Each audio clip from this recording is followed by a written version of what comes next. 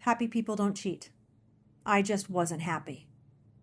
Let's strip the armor off the single most self-serving excuse ever used to justify tearing down a life. When someone hides behind, I wasn't happy, after years or decades of a calculated betrayal, they aren't giving you a reason.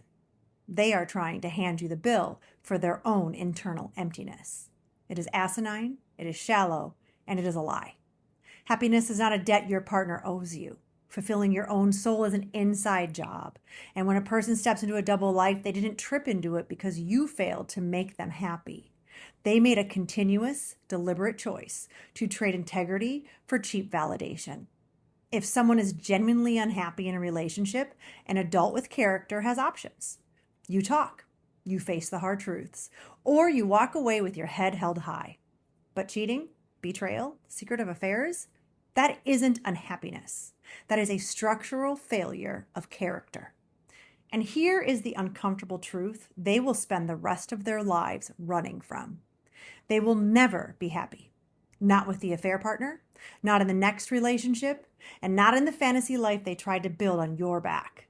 Because true happiness isn't a cheap novelty, secret messages, or a temporary ego boost. True happiness requires depth. It requires peace, a clean conscience, and the ability to sit alone with yourself without flinching.